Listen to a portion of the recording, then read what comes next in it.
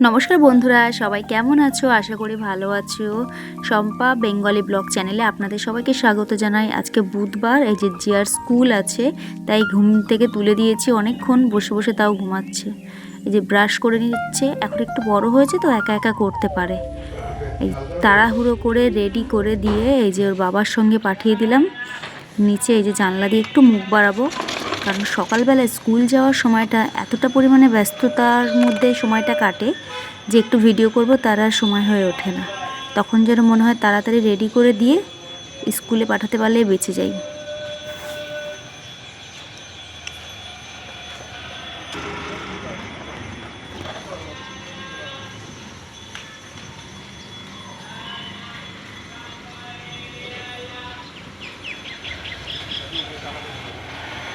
Tata.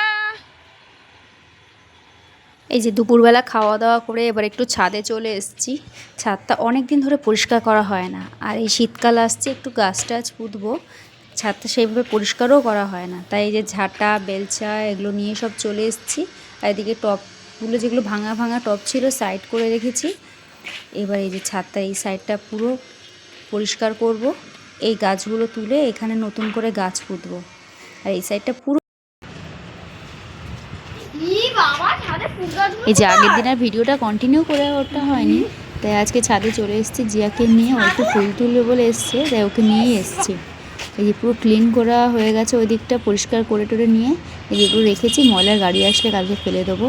আর এই যে টবের মধ্যে এই যে ধনে পাতা ভিজিয়ে রেখেছিলাম, তারপরে মূলোর দানা, পালং শাকের দানা ভিজিয়ে রেখেছি। এই যে গামলা দুটোর মধ্যে পালং শাক দিয়েছি, এটার মধ্যে একটু মূলোর শাকের মানে দানা দিয়েছি।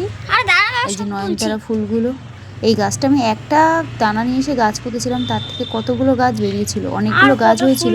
তাই সেগুলোকে কেটে টেটে ফেলে দিয়ে এই যে ছোটো ছোটো কয়েকটা গাছ রেখেছি নতুন করে আবার হবে বলে। আর এই যে এর মধ্যে মূলোর দানা দেওয়া রয়েছে, এর মধ্যে ছোটো ছোটো মূলোর দানাগুলো গাছও বেরোচ্ছে, একদম ছোট্ট ছোট্ট। যেই হোক, যে কটাই হোক, হবে তো। খাওয়ার থেকে বড় কথা হবে, দেখতেই ভালো লাগে। আর এই যে আমাদের একদম পাইপ লাইনের মধ্যে একটা ফুল গাছের চারা হয়েছে, নয়নতারা ফুল গাছ। সেই ফুল গাছ থেকে ফুলগুলো তুলে নিচ্ছি।